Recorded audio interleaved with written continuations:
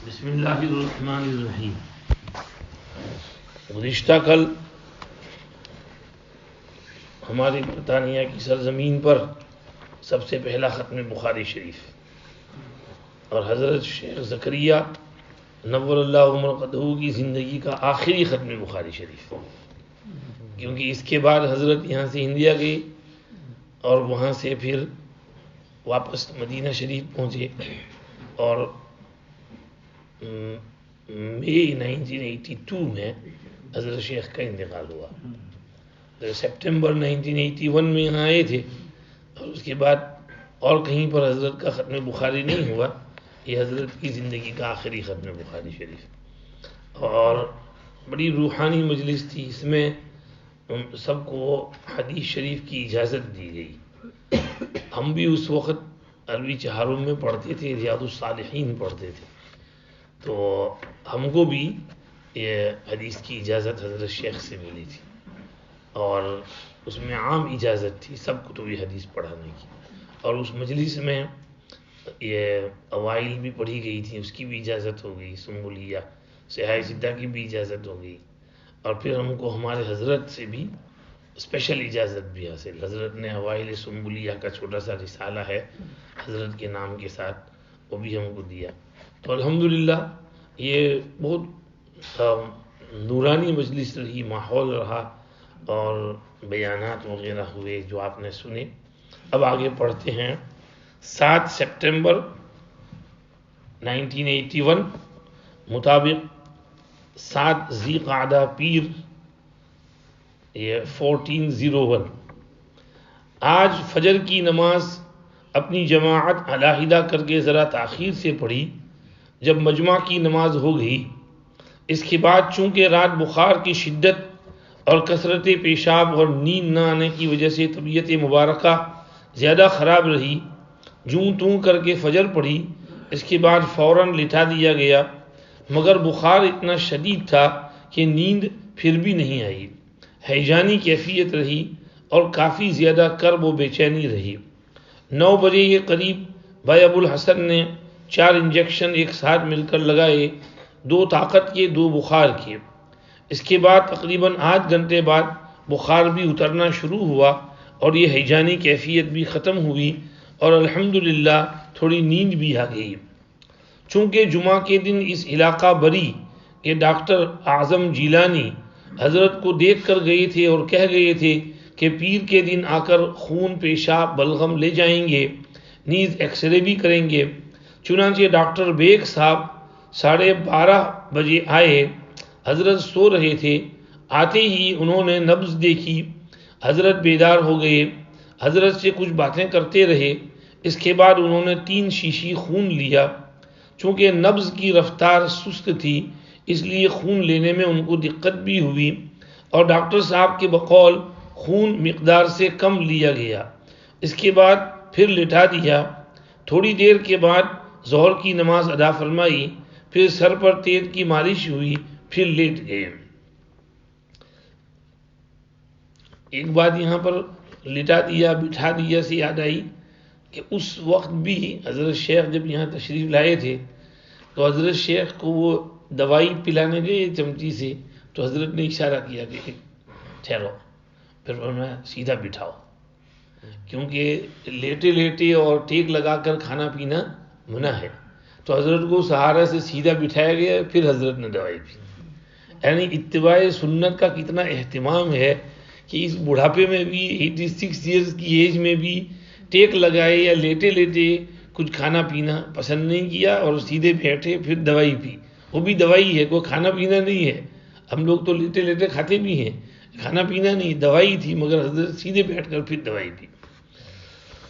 4 بجے X ray کے لیے ایک عورت اور ایک مرد آئے۔ حضرت کو نیند سے بیدار کر کے کرسی پر بٹھایا، پہلے سینے کا پھر بائیں گھٹنے کا ایکس رے لیا اور وہ لوگ چلے گئے۔ اس کے بعد ایک انگریز عورت آئی جو مدرسے کے پڑوس ہی میں رہتی ہے۔ اس نے بیان کیا کہ جس دن آپ یہاں آنے والے تھے اس دن میں انتظار میں تھی کہ راستے میں آپ کی کار کو گزرتی ہوئی دیکھ لوں، مگر جب میں سڑک پر آئی تو معلوم ہوا کہ آپ اس راستے سے گزر کر مدرسے میں آ چکے ہیں، اس وجہ سے آپ کی زیارت نہ ہو سکی۔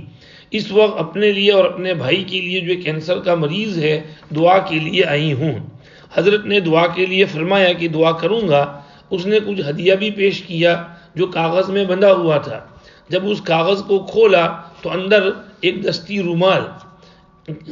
دستی رومال کے اندر ایک ڈبہ لپٹا ہوا تھا، اور اس ڈبے میں ایک رومال میں لپٹی ہوئی چینی پتھر کی بنی ہوئی چڑیا کی مورتی تھی۔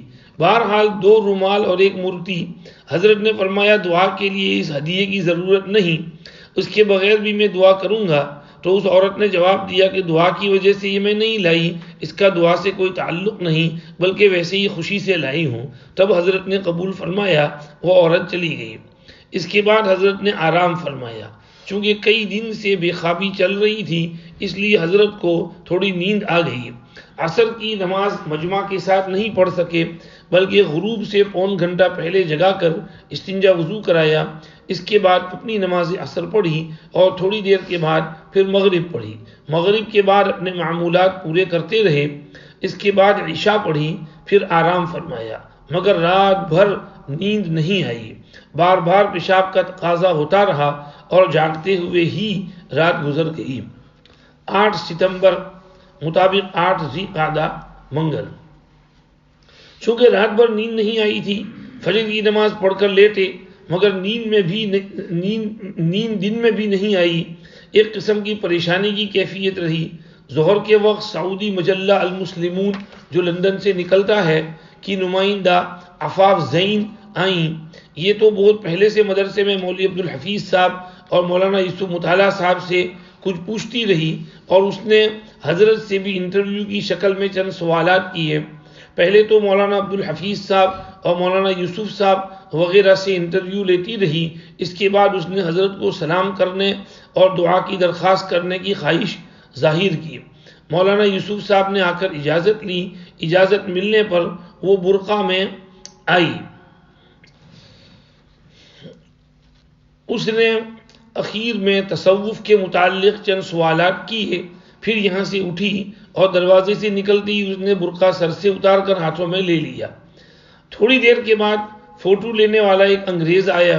چونکہ وہ پہلے حضرت کی تصویر کے لیے اصرار کرتا رہا، مگر جب اس کو بتایا گیا کہ یہ میرے مذہب میں جائز نہیں ہے تو پھر اس نے کہا پھر حضرت کے دروازے کا فوٹو لے لوں گا۔ چنانچہ اس نے آ کر حجرے مبارکہ کے دروازے کا فوٹو لیا۔ اس سے پہلے وہ مدرسے کے مختلف حصوں کا فوٹو لے چکا تھا۔ ظہر اور عصر اپنے حجرے ہی میں پڑھی۔ عصر کے بعد مجلس بھی نہیں ہوئی، آرام ہی فرماتے رہے۔ بخار، گھبراہٹ رہی۔ کچھ لوگ بیعت والے تھے، ان کو حجرے پر بلوا کر بیعت کرا دی۔ اللہ جل شانہ حضرت والا کو صحت و قوت عطا فرمائے۔ 9 ستمبر 1981 مطابق 9 ذی قعدہ بروز بدھ۔ فجر کی نماز پڑھی، مگر بخار کی وجہ سے رات بھی نیند نہیں آئی اور صبح کو بھی نیند نہیں آئی۔ گھبراہٹ کی کیفیت رہی۔ سارا دن اسی حال میں گزرا۔ ظہر کے قریب کچھ طبیعت میں سکون ہوا۔ ڈاکٹر مسعود علی بیگ صاحب، موصوف اصلاً حیدرآباد ہند کے رہنے والے ہیں، تقریباً 18-20 سال سے یہاں برطانیہ میں آئے ہوئے ہیں، اپنی پرائیویٹ ڈاکٹری کرتے ہیں۔ ہولکم بروک میں ان کا قیام ہے۔ بڑے ہی خلیق ملنسار انسان ہیں۔ دارالعلوم کے طلباء کا علاج بھی موصوف ہی کرتے ہیں۔ وہ تشریف لائے اور ہسپتال لے جانے کے لیے مشورے ہوتے رہے۔ طے تو پہلے ہی ہو چکا تھا کہ چونکہ خون کی کمی ہے، نیز کچھ بلغم، خون وغیرہ کا ٹیسٹ بھی کرنا ہے، اس لیے سہولت اسی میں ہے کہ ہسپتال ہی میں لے چلا جائے۔ چنانچہ ڈاکٹر صاحب پرائیویٹ ہسپتال میں خالی جگہ معلوم کرتے رہے۔ معلوم ہوا کہ ایک ہسپتال میں جگہ ہے، مگر کمرے میں صرف ایک خادم کو ٹھہرنے کی اجازت ہوگی، حالانکہ ضرورت 3 خادموں کی پڑتی ہے۔ اس لیے بری جنرل ہسپتال سے رابطہ قائم کیا گیا۔ معلوم ہوا کہ ابھی تو کوئی جگہ خالی نہیں ہے، البتہ کل شام کو 4 بجے تک ایک کمرہ خالی ہو جائے گا۔ شام کو عصر کے بعد کی مجلس وہیں طور ہوئی کہ حضرت مدظلہ اپنے حجرے مبارکہ میں آرام فرما رہے تھے۔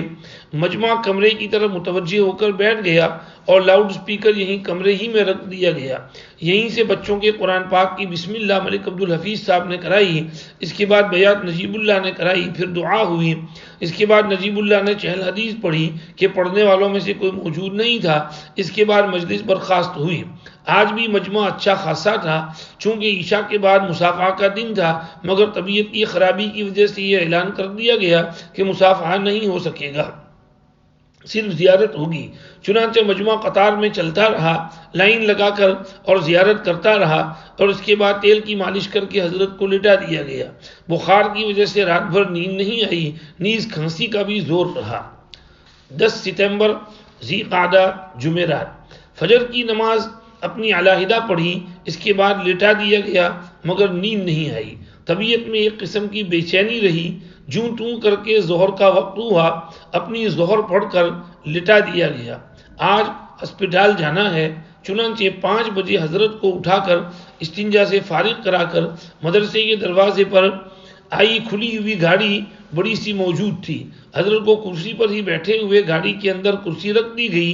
ہم خدام بیٹھ گئے، آگے مولوی عبدالحفیظ صاحب، مولوی عبدالرحیم اور پیچھے بھائی ابو الحسن مولوی یوسف نجیب اللہ سہیل تھے۔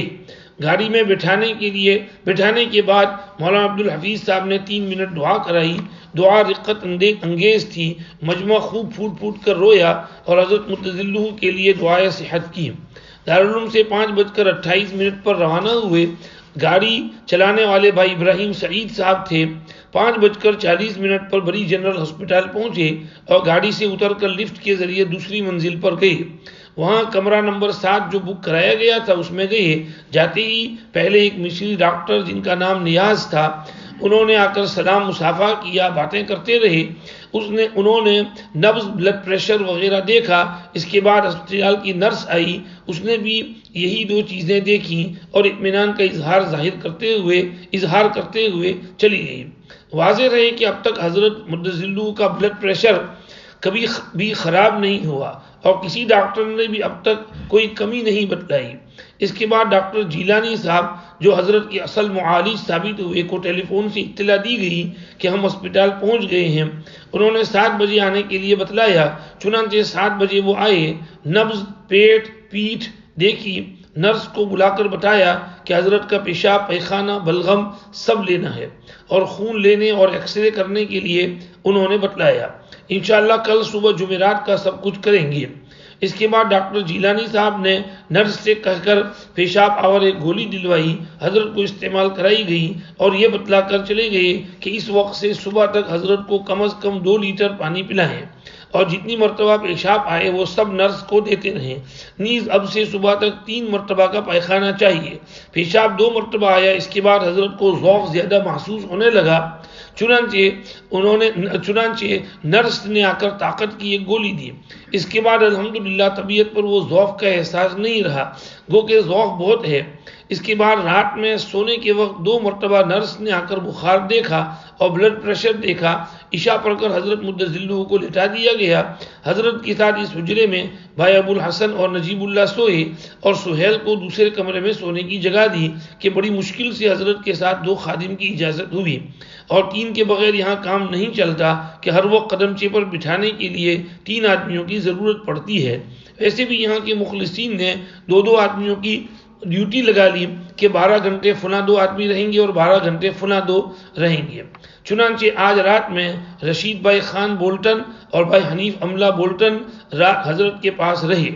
اللہ تعالیٰ ان دوستوں کو بہت ہی جزائے خیر مرحمت فرمائے۔ ویسے بار بار دارالعلوم سے مولانا یوسف صاحب اور مولانا عبدالحفیظ صاحب وغیرہ آتے جاتے رہے۔ مغرب سے کچھ پہلے ڈاکٹر بیگ صاحب بھی آئے اور انہوں نے بھی تسلی دی کہ سب کچھ ٹھیک ہے، صرف خون کی کمی ہے، وہ یہاں دیا جائے گا۔ انشاءاللہ سفر سے پہلے آپ کا یہ سارا ذوف ختم ہو جائے گا اور بہت اطمینان سے آپ کا سفر پورا ہوگا۔ آدھ گھنٹے سے زیادہ انہوں نے ادھر ادھر کی باتوں میں لے لیا۔ اس کے بعد نماز مغرب پڑھی، پھر ساتھی لوگ کھانا لے کر آ گئے، کھانا کھایا، اس کے بعد عشاء پڑھی، پھر حضرت کو تیل کی مالش کر کے لٹا دیا گیا، مگر رات بھر نیند کا کوئی سوال نہ رہا۔ ڈاکٹر نے پیشاب آور گولی دے رکھی تھی، رات بھر کبھی 5 منٹ پر، کبھی 10 منٹ پر، کبھی 2-3 منٹ پر بھی پیشاب آ جایا کیا۔ نرس گھنٹہ 2 گھنٹے بعد آتی رہی اور بخار دیکھتی رہی۔ آگے 11 ستمبر 11 ذی القعدہ بروز جمعہ بعد میں پڑھیں گے انشاءاللہ۔ اللہ پاک حضرت کی قبر پر کروڑ رحمتیں نازل فرمائے۔ مولانا نجیب اللہ صاحب ابھی حیات ہیں، بیمار ہیں بیچارے، اللہ ان کو شفا دے، صحت دے، ان کے گھر والے بھی بیمار ہیں، اللہ ان کو بھی شفا اور صحت عطا فرمائے اور ان خدام حضرات کی خدمت قبول فرمائے۔